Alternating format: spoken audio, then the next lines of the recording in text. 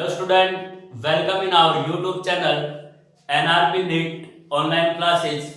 This is Rajpal Verma and today we are going to study a topic from unit solution which is concentration representation of solution.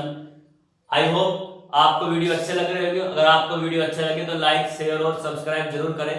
Thank you. Start करते हैं. Concentration representation of solution. Percentage by mass. Percentage by मास. देखिए कोई भी solution अगर हम बनाते हैं तो सॉल्यूशन में दो चीजें होती है मेन. एक तो सॉल्वेंट होगा और एक सोल्यूट होगा. सोल्यूट अमाउंट में कम होगा, सॉल्वेंट अमाउंट में ज्यादा होगा. दोनों को मिक्स करने के बाद जो चीज हमारे पास बन के आएगी उस चीज का नाम सॉल्यूशन होगा. तो सॉल्यूशन में जो कंपोनेंट सोल्यूट होता है वो अमाउंट में कम है. उसकी दो बात होगी, एक तो उसका मास होगा वेट और एक उसका मोलर मास होगा. ऐसे ही सॉल्वेंट का एक उसका वेट होगा एक उसका मोलर मास होगा. तो हमारे पास दो कंपोनेंट. मैं सोल्यूट को रिप्रेजेंट करता हूं ए से, सोल्यूट को रिप्रेजेंट करता हूं ए से ए, और सॉल्वेंट को रिप्रेजेंट करता हूं ए से और सोल्यूट को रिप्रेजेंट करता हूं बी से. ए सॉल्वेंट है और बी सोल्यूट है. अगर मैं ऐसे लिखता हूं वेट ऑफ ए तो इसका मतलब है mass of solvent, mass of solvent. और अगर मैं ऐसे लिखता हूं वेट ऑफ बी तो इसका मतलब है मास of solute, mass of solute. अगर कहीं पे ऐसा लिखा गया है एन ए तो याद रखना यहां पे होगा मोलर मास ऑफ सॉल्वेंट. और कहीं पे एनडी लिखा गया है तो वहां लिखोगे, लिखा गया है तो आप वहां देखोगे कि वो क्या होगा, मोलर मास ऑफ सोल्यूट. तो जहां एमडी लिखेगा वहां पे आपको मास, मोलर मास कंसीडर करना है. जहां पे एमए लिखा गया है वहां पे molar mass of solvent consider करना है. जहां पे डब्ल्यू लिखा गया है वेट ऑफ सॉल्वेंट लिखा गया है और ये वेट ऑफ सोल्यूट लिखा गया. तो ये टर्म्स यहां यूज करेंगे हम परसेंटेज बाय मास में. तो वेट बाय वेट परसेंटेज पहले पढ़ते हैं. जो ऊपर वाली जो टर्म है ना ये W, ये वेट सोल्यूट का है और नीचे वाले जो टर्म है वो वेट सॉल्यूशन का है. तो ऊपर वाला मास सोल्यूट का और ये सॉल्यूशन का. क्या करता है, मास of solute in gram dissolved in 100 gram of solution.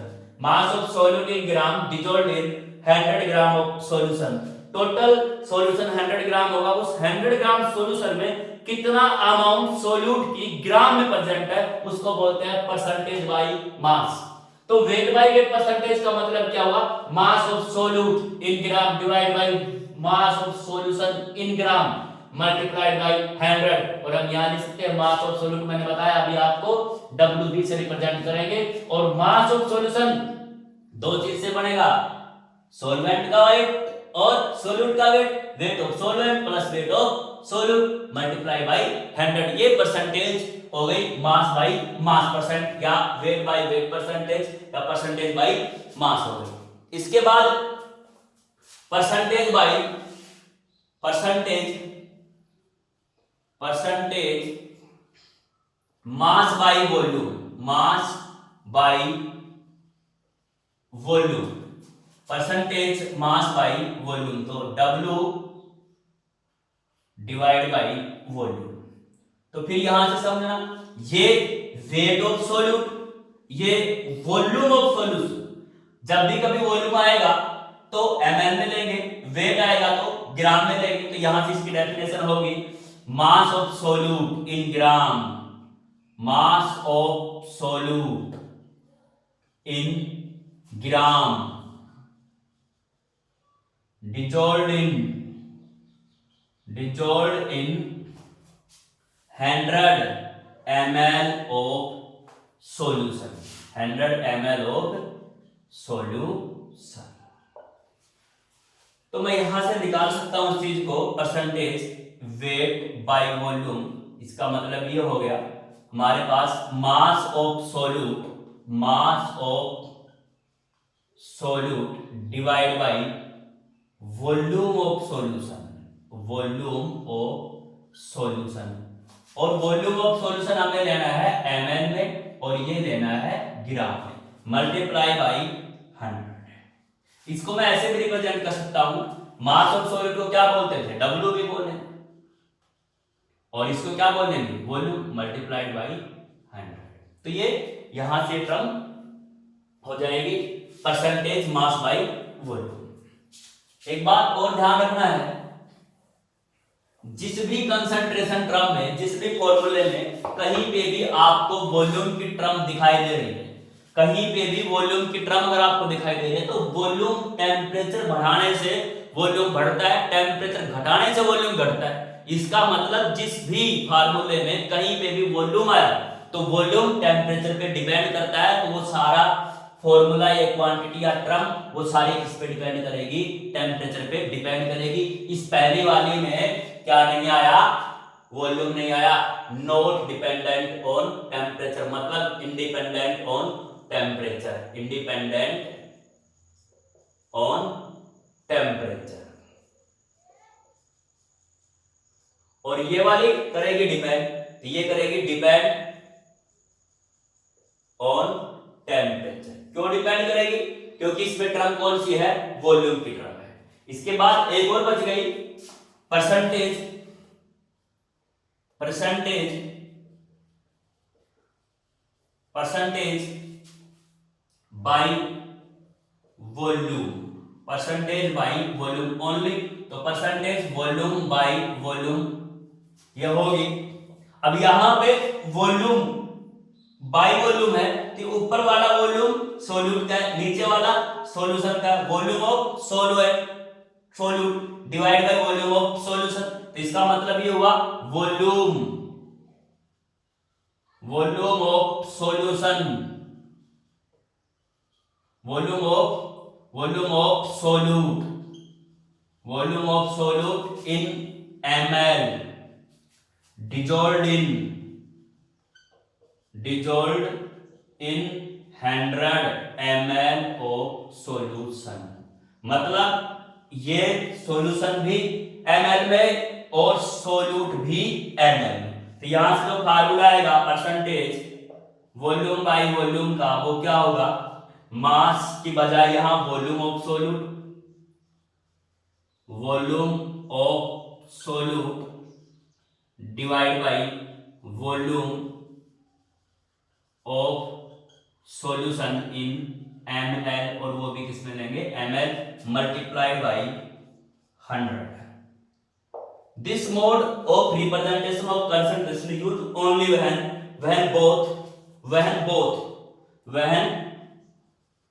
when both solute and solvent are liquid। This mode of concentration representation is used only when both solute and solvent are liquid। तो वो भी ml में होगा और ये भी ml में होगा। तो ये था एक percentage by mass, percentage mass by volume, percentage by volume. याद ये रखना इस चीज में, यहां जिस भी फार्मूले में वॉल्यूम की टर्म आएगी टेम्परेचर पे डिपेंड करेगा, जिसमें वॉल्यूम की टर्म नहीं आएगी वो टेम्परेचर पे डिपेंड नहीं करेगा, इंडिपेंडेंट होगा। इसमें वॉल्यूम की वॉल्यूम है, ये टेम्परेचर डिपेंडेंट है, ये टेम्परेचर डिपेंडेंट है, टेम्परेचर डिपेंडेंट है। तो ये तीन हो गई। इसके बाद आगे चलते हैं।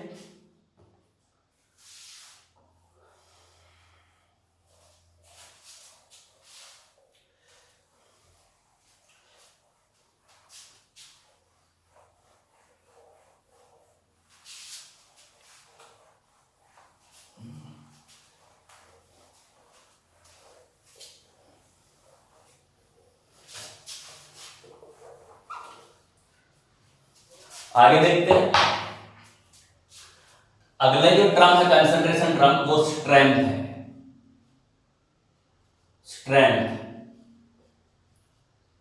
स्ट्रेंथ, स्ट्रेंथ का मतलब क्या होता है, हमारे पास 1 लीटर सॉल्यूशन हो और उसमें कितनी अमाउंट हम सॉल्यूट की ग्राम में ऐड करते हो, तो उसको बोलते हैं उसको बोलेंगे स्ट्रेंथ। तो स्ट्रेंथ का मतलब ये हुआ कि amount of solute, amount of solute solute in gram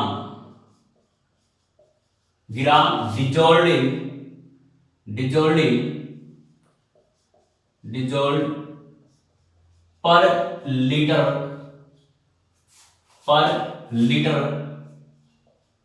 of solution called strength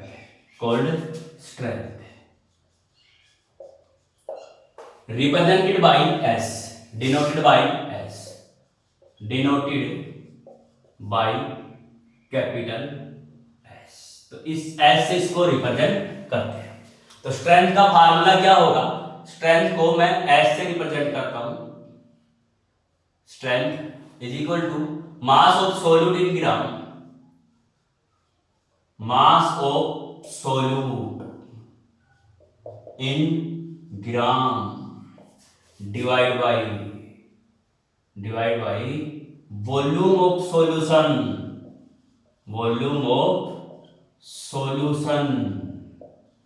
in litre में रहेगा सॉल्यूशन में रहेगा। अगर सॉल्यूशन हमें ml में दिया है तो हम इसको लिख सकते हैं मास of solute in gram divide by volume of solution in ml। अगर आपको वॉल्यूम ml में दिया है तो आप ml को लीटर में चेंज करने के लिए इसको 1000 से डिवाइड करोगे तो ये टर्म कहां चली जाएगी? ऊपर चली जाएगी। तो ये ऐसे आ जाएगा। इस चीज को हम क्या लिख सकते हैं? मास ऑफ सॉल्यूट को W और इसको क्या लिख सकते हैं? वॉल्यूम को V और मल्टीप्लाइड बाय 1000। तो ये स्ट्रेंथ का फार्मूला का, यानी कि स्ट्रेंथ हमारे पास आई वो ये आई, क्या आई? Weight of solute divide by volume into 1000। अब स्ट्रेंथ को देखना, स्ट्रेंथ में भी वॉल्यूम की टर्म है तो टेम्परेचर डिपेंडेंट है। तो क्या आएगी? Temperature dependent. Strength is temperature dependent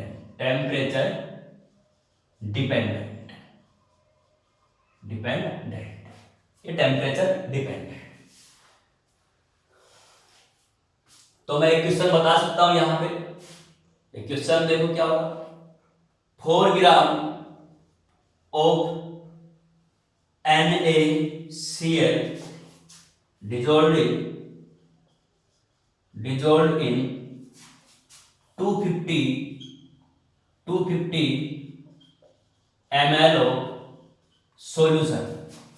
calculate strength। तो आप इसकी स्ट्रेंथ बताइए। तो स्ट्रेंथ का फार्मूला यहां से देखिए, स्ट्रेंथ क्या कह रही है? Strength is equal to, strength का फार्मूला हमारे पास क्या था? वेट ऑफ सोल्यूट कितना है? 4 ग्राम डिवाइड बाय वॉल्यूम कितना है? 250 ml और मल्टीप्लाइड बाय 1000। तो इसको करेंगे तो सोल्व कितना आ जाएगा? 16 ग्राम पर लीटर। तो ये स्ट्रेंथ आ जाएगी। यहां से यूनिट उसके देखोगे तो WB किसमें है? ग्राम में है। वॉल्यूम किसमें है? लीटर में। तो ये ग्राम पर लीटर इसकी यूनिट हो जाएगी। तो यहां से ये स्ट्रेंथ का क्वेश्चन हो जाएगा। एक इसमें एक टर्म और आएगी, हम मोल की बात करेंगे थोड़ा सा। तो मोल क्या होता है? मोल का मतलब होता है given weight divide by molar मास। अगर मान लो मुझे A के मोल बनाने हैं, यानी कि सॉल्वेंट के बनाने हैं, तो मैं उसे A से रिप्रेजेंट करूंगा। अगर मुझे मोल B के बनाने हैं तो मैं उसे रिप्रेजेंट करूंगा WB डिवाइड बाय NB। ये दो तरीके हैं ये मोल बनाने के। Wait of solute divide by molar mass of solute, wait of solvent divide by molar mass of solvent. Solvent के मोल ऐसे बनेंगे, सोल्यूट के मोल ऐसे बनेंगे। इसके ऊपर डिपेंडेंट हम एक चीज पढ़ेंगे अब, जिसको बोलते हैं mole fraction.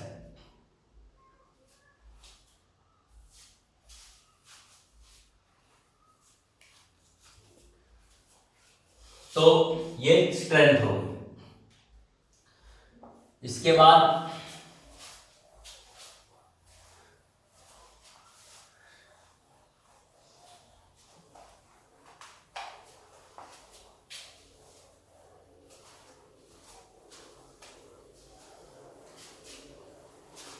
Mole fraction.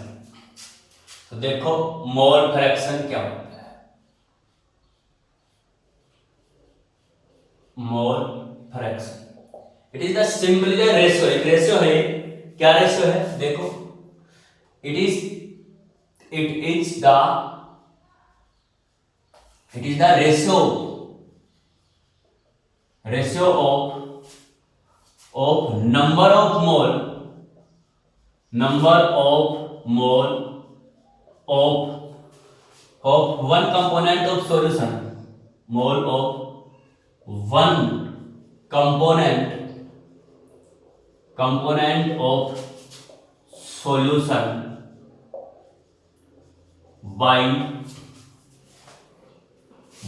the total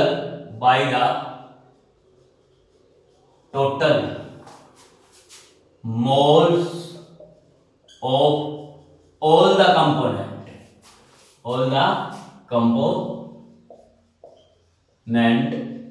components of solution.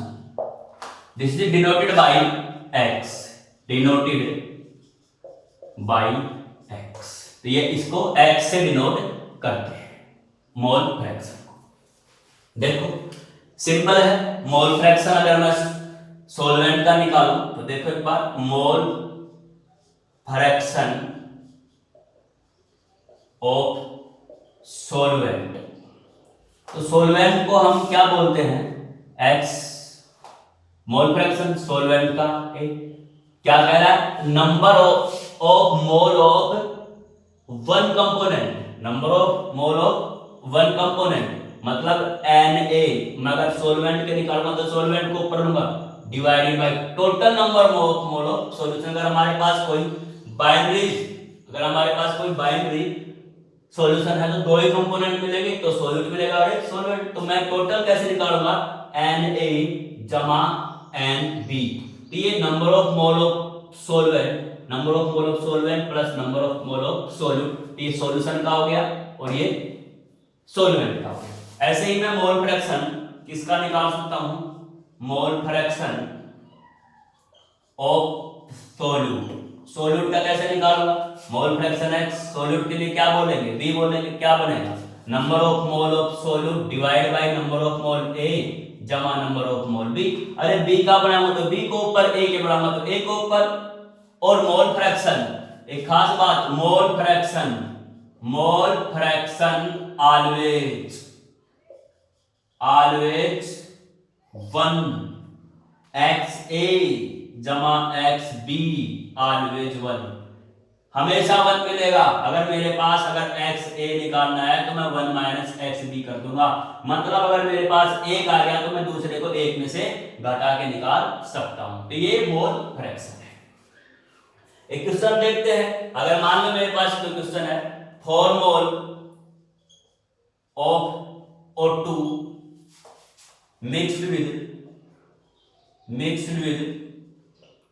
3 mole of CO2, then calculate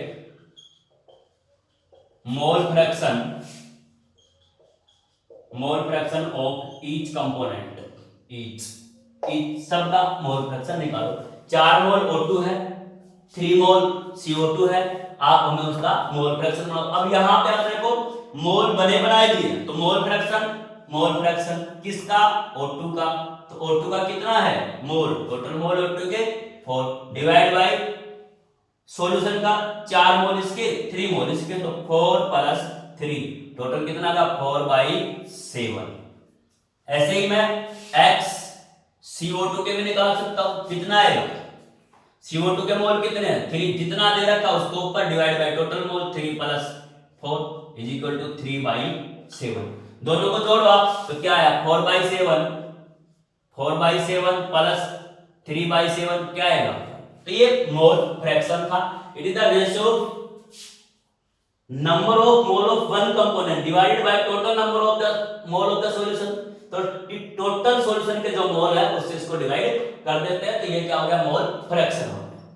तो ये अनदर अपनी कंसंट्रेशन टर्म थी। नेक्स्ट अब देखते हैं, इसके बाद मोलरिटी की तरफ चलते हैं। तो क्या हो गया मोलरिटी।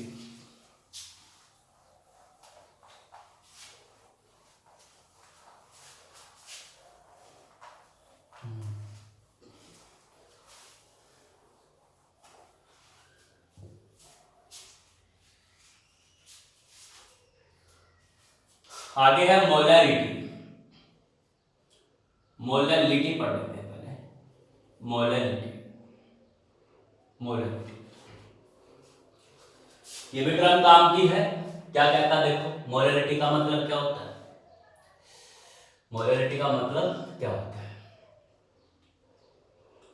देखो, number of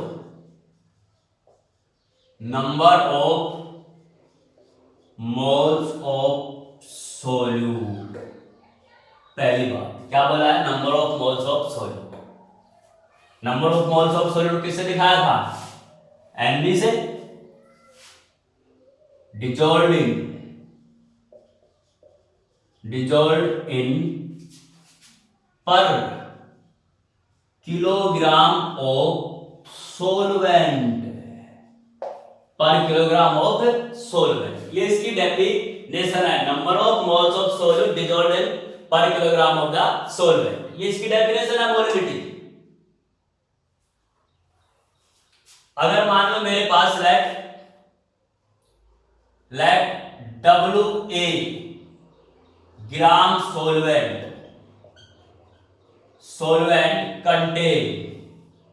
contains let WA gram solvent contain NB moles of solute,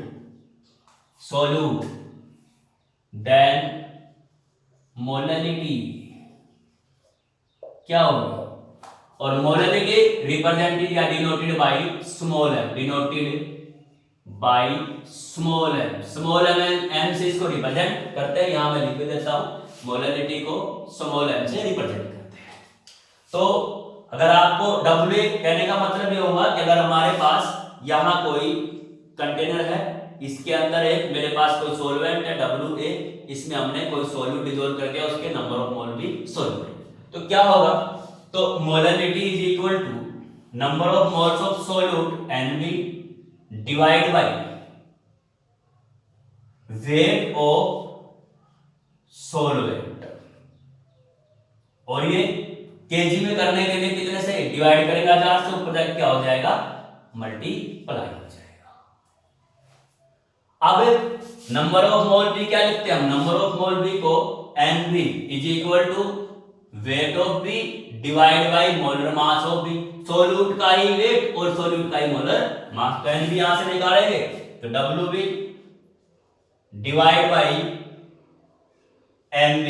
मैंने इसकी जगह इसके प्लेस पे ये रख दिया, W है नीचे तो मल्टीप्लाई WA और ऊपर कौन आ गया 1000। तो ये मोलरिटी का फार्मूला हो गया। यहां से हम मोलरिटी को निकाल सकते हैं। मोस्ट कन्वीनियंट मेथड सबसे अच्छा क्या लिख लेता हूं मैं यहां से, मोस्ट कन्वेनियंट मेथड, बिकॉज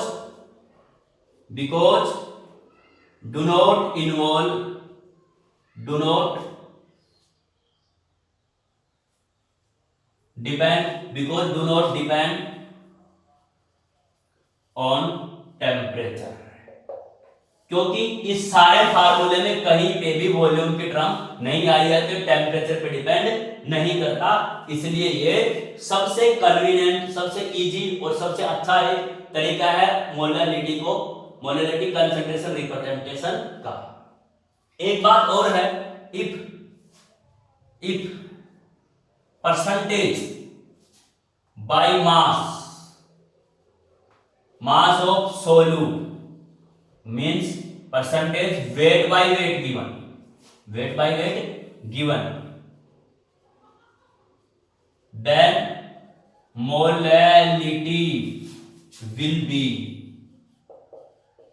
क्या होगी मोलैलिटी। तो ये देखते हैं, कहने का मतलब अगर कहीं कह रहे कि हमारे पास 10% ग्लूकोज सॉल्यूशन है, 10% ग्लूकोज सॉल्यूशन है, 10% ग्लूकोज सॉल्यूशन का मतलब ये हुआ कि हमारे पास 10 ग्राम तो ग्लूकोज है और 90 ग्राम हमारे पास वाटर है। 10% ग्लूकोज का एक्वस सॉल्यूशन है, तो 10 ग्राम ग्लूकोज है और 90 ग्राम हमारे पास क्या चीज है, ग्लूकोज है, वो है वाटर है। तो जो परसेंटेज दे रखी है 10, ये 10 जो परसेंटेज है वेट ऑफ सोल्यूट है, बच गया 90 वो वेट ऑफ सोलवेंट है, वो सोलवेंट है। तो हम मोलैलिटी को ऐसे भी निकाल सकते हैं, अगर मान लो हमारे पास WB वो होगा जो X परसेंटेज देगा, मान लो ये X ये परसेंटेज देगा, तो अगर मैं इसकी परसेंटेज को X मान लेता हूं, ये X परसेंटेज, ये मान लो X परसेंटेज, तो WB क्या होगा, X होगा, तो WA क्या बचेगा, टोटल 100 है, तो 100 माइनस X, तो मोलैलिटी ऐसे भी हो जाएगी, वेट ऑफ, यहां क्या था फार्मूला मोलैलिटी का, WB की जगह X रख देंगे, divide by MB molar mass चाहिए इनटू 1000 और WA की जगह क्या लिख देंगे, 100 माइनस X। तो ये मोलैलिटी ऐसे भी निकाली जाती अगर परसेंटेज दे रखी हो तो।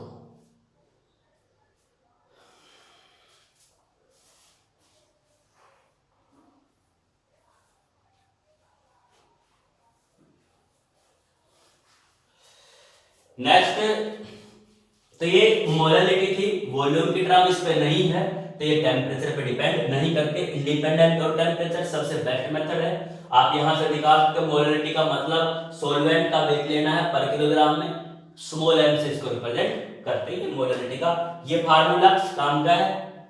और परसेंटेज अगर दे रखी है तो जो परसेंटेज होगी वो सोल्यूट का वेट होगा और जो बच गया वो सोलवेंट का होगा, 100 माइनस परसेंटेज करते हैं। इसके बाद आगे चलते हैं मोलैरिटी की तरफ। मोलैरिटी भी एक अनदर इंपॉर्टेंट कंसंट्रेशन टर्म है, molarity is another important concentration term. तो देखिए कैसे बताएंगे इसको, मोलैरिटी देखिए, molarity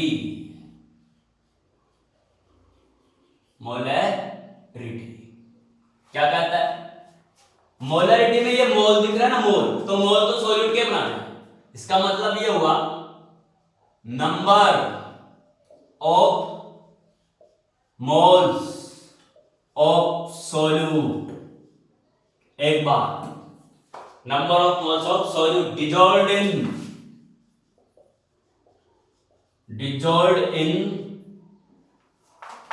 1 litre of solution, 1 litre of solution, 1 litre of solution. तो वहां पे 1 किलोग्राम सोलवेंट ले रहे थे, यहां पे 1 लीटर सॉल्यूशन लेंगे, और it is represented by m या denoted by capital M, denoted by capital M। वो स्मॉल m से थी और ये कैपिटल M से रिप्रेजेंट की जाएगी। लेट VML सॉल्यूशन भी हमारे पास कुछ भी सॉल्यूशन का m वॉल्यूम है, VML solution contains NB moles of solute, then molarity क्या होगी, तब मोलैरिटी को निकालेंगे, ये molarity number of moles of solute NB divide by volume, और अगर वॉल्यूम ml में है तो आप इसको 1000 से डिवाइड करोगे, कहां चली जाएगी टर्म, ऊपर चली जाएगी, ये चीज होगी। नंबर ऑफ मोल को अपन रिप्रेजेंट करते हैं नंबर ऑफ मोल बी, तो weight of B divide by molar mass of B, तो आप इसकी जगह ये रख दो, क्या बनेगा W B divide by M B molar mass of solute into 1000 divide by volume. तो ये मोलरिटी का फार्मूला होगा, इंपॉर्टेंट फार्मूला है मोलरिटी का, काम आएगा ये बहुत, ये मोलरिटी का फार्मूला है। अब अगर मान लो स्ट्रेंथ दे रखी हो, स्ट्रेंथ से इसका फार्मूला निकलता है if strength is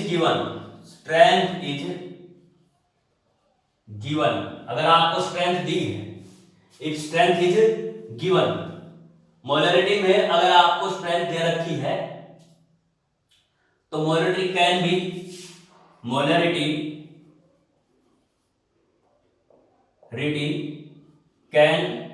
easily calculated, तो आप उसको हम इजीली कैलकुलेट कर सकते हैं। स्ट्रेंथ हमने पढ़ी थी हमने मास ऑफ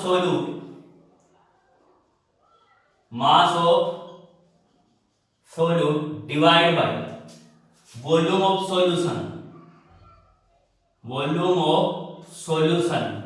इनटू 1000, तो ये 1000। और मास ऑफ सोल्यूट को क्या लिखते हैं W B divide by volume of solution को क्या लिखोगे वी लिखोगे मल्टीप्लाइड बाय 1000, तो ये क्या होगा 1000। फिर यहां से मोलरिटी अभी हमने पढ़ी क्या आई, weight of solute divide by molar mass of solute into 1000 divide by volume. तो यहां ये टर्म देखना है डब्ल्यू बी, ये वाली टर्म स्ट्रेंथ में देखो इसके बराबर है डब्ल्यू बी बाई वी, इसके बराबर, तो मैं इसकी जगह क्या लिख सकता हूं स्ट्रेंथ लिख सकता हूं, तो मेरे पास क्या आ जाएगी ऊपर इसकी जगह मैंने स्ट्रेंथ लिख दी डिवाइड बाय नीचे क्या है मोलर मास। मतलब ये हुआ कि अगर मुझे मोलरिटी निकालनी है तो मैं स्ट्रेंथ से निकाल सकता हूं, अगर स्ट्रेंथ दे रखी हो तो क्या कर दूंगा सीधा multiply divide by molar mass. Means इसका मतलब ये हुआ अगर आपको स्ट्रेंथ निकालनी है तो मोलरिटी को मल्टीप्लाई कर दोगे मोलर मास से। तो ये एक नॉर्मलिटी का एक टॉपिक था। इसके बाद और देखते आगे नॉर्मलिटी में एक बात और है, तो ये molarity N B weight of solute mass of solute.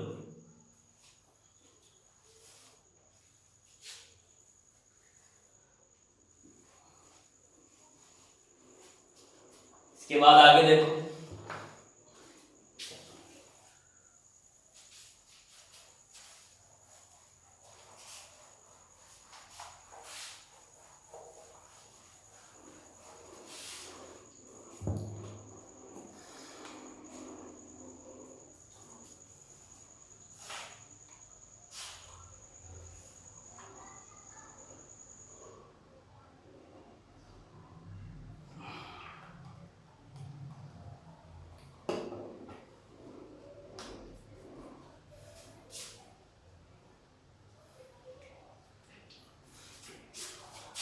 अगर हमें सॉल्यूशन की डेंसिटी दी है,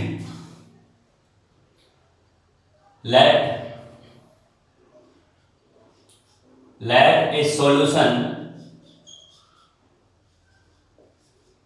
has density, इसकी डेंसिटी है ग्राम पर ml and it contains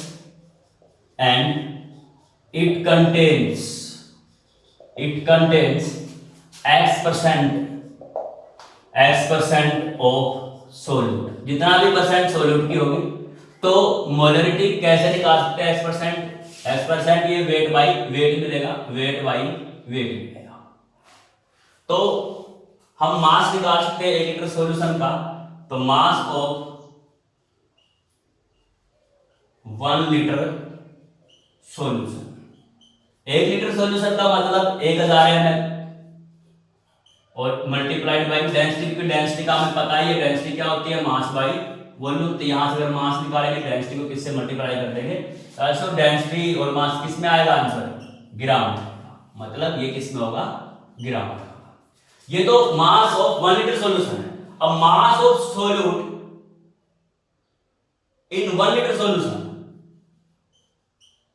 mass of solute in 1 litre solution वो क्या होगा?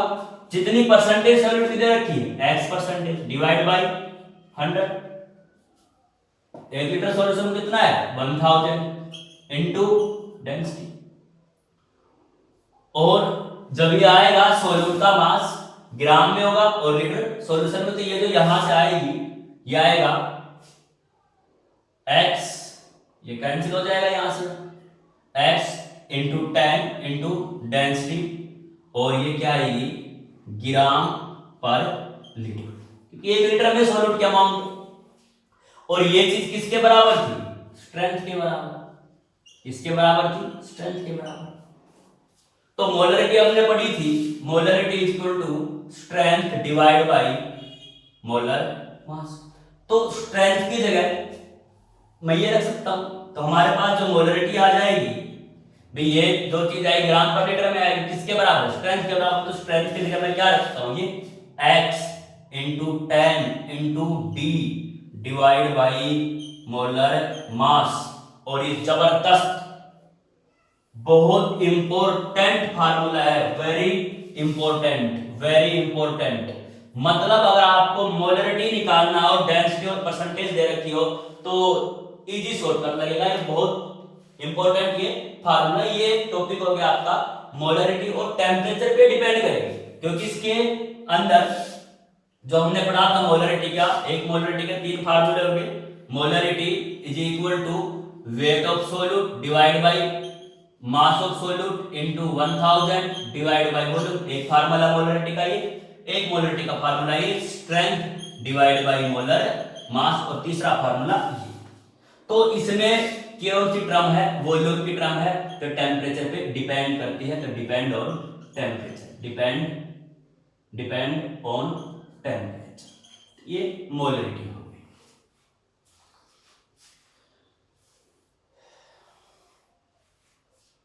इसके बाद अगले जो टर्म है वो है नॉर्मलिटी। नॉर्मलिटी, तो नॉर्मलिटी क्या कहती है? देखो,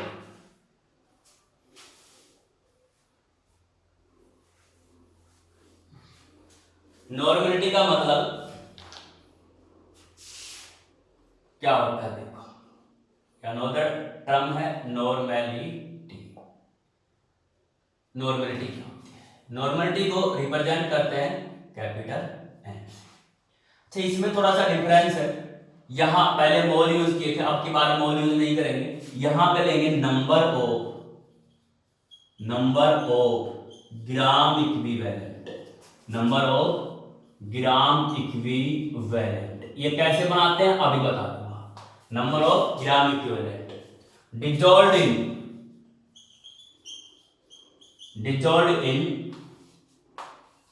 1 लीटर ऑफ सॉल्यूशन।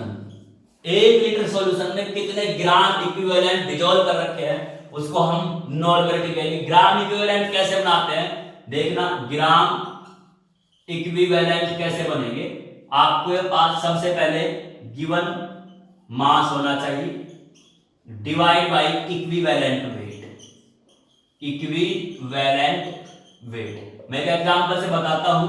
जैसे H2SO4 है, आप इसको तोड़ो तो ये डिसोसिएट होकर 2H plus SO4 2 negative 2 ion दे, तो ये इसकी एसिड की बेसिसिटी कितनी है 2।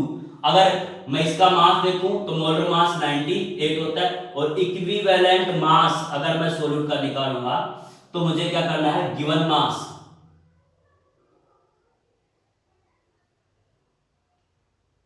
तो मैं इक्विवेलेंट मास कैसे निकालते हैं, मोलर मास को इसकी बेसिसिटी से डिवाइड कर देते। कितनी बेसिसिटी है, 2, तो कितना आया 49, ये इसका इक्विवेलेंट वेट है। अब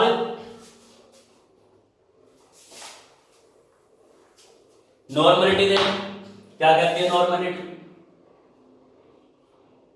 नॉर्मलिटी, तो वो फार्मूला हो गया नॉर्मलिटी का, late VML solution contains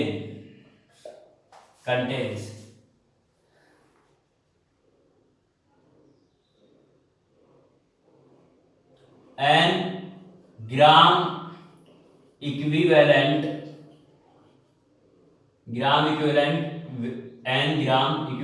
of solute। तो क्या रहेगा देखेंगे यहां से। तो नॉर्मलिटी कैसे डिफाइन की जाएगी, weight WB divide by equivalent weight, ये ग्राम इक्विवेलेंट है, WB into 1000 divide by volume. तो नॉर्मलिटी के लिए फार्मूला वॉल्यूम होगा। जैसे हमने मोलरिटी में निकाला था स्ट्रेंथ, तो ऐसे ही नॉर्मलिटी भी strength divide by equivalent mass आएगी। और एक और शॉर्टकट निकाला था हमने उसका, वो क्या था, x गुणा 10 गुणा डेंसिटी डिवाइड बाई, वहां मोलर मास था, नॉर्मलिटी में ले लेंगे इक्विवेलेंट मास। तो ये 3 फार्मूले इसके हो गए नॉर्मलिटी के। ये भी इंपॉर्टेंट फार्मूले हैं। एक चीज यहां से देख लेते हैं कि नॉर्मलिटी में अगर हम यहां से स्ट्रेंथ निकालेंगे तो स्ट्रेंथ किसके बराबर हो जाएगी, नॉर्मलिटी इंटू इक्विवेलेंट वेट। और उसमें निकाला था strength molarity into molar mass, इसका मतलब ये दोनों टर्म आपस में बराबर है। तो एक बात यहां से कर सकते हैं, मैं नॉर्मलिटी को इक्विवेलेंट वेट को इसके बराबर रख सकता हूं मॉलिक्यूलर मास के। अगर मैं यहां से n डिवाइड बाई m करूं तो मेरे पास यहां क्या आएगा, molecular mass of solute divide by equivalent mass of solute. और इसको जब खोलते हैं, ओपन करते हैं, तो ये बनता है n फैक्टर। और ये n फैक्टर ये वही है एसिड के लिए बेसिसिटी और बेस के लिए एसिडिटी। तो this is the topic of concentration terms in solution. I hope आपके समझ में आया होगा, और आपको अच्छा लगे तो इसको लाइक शेयर और सब्सक्राइब जरूर करना। आगे मिलते हैं नेक्स्ट वीडियो।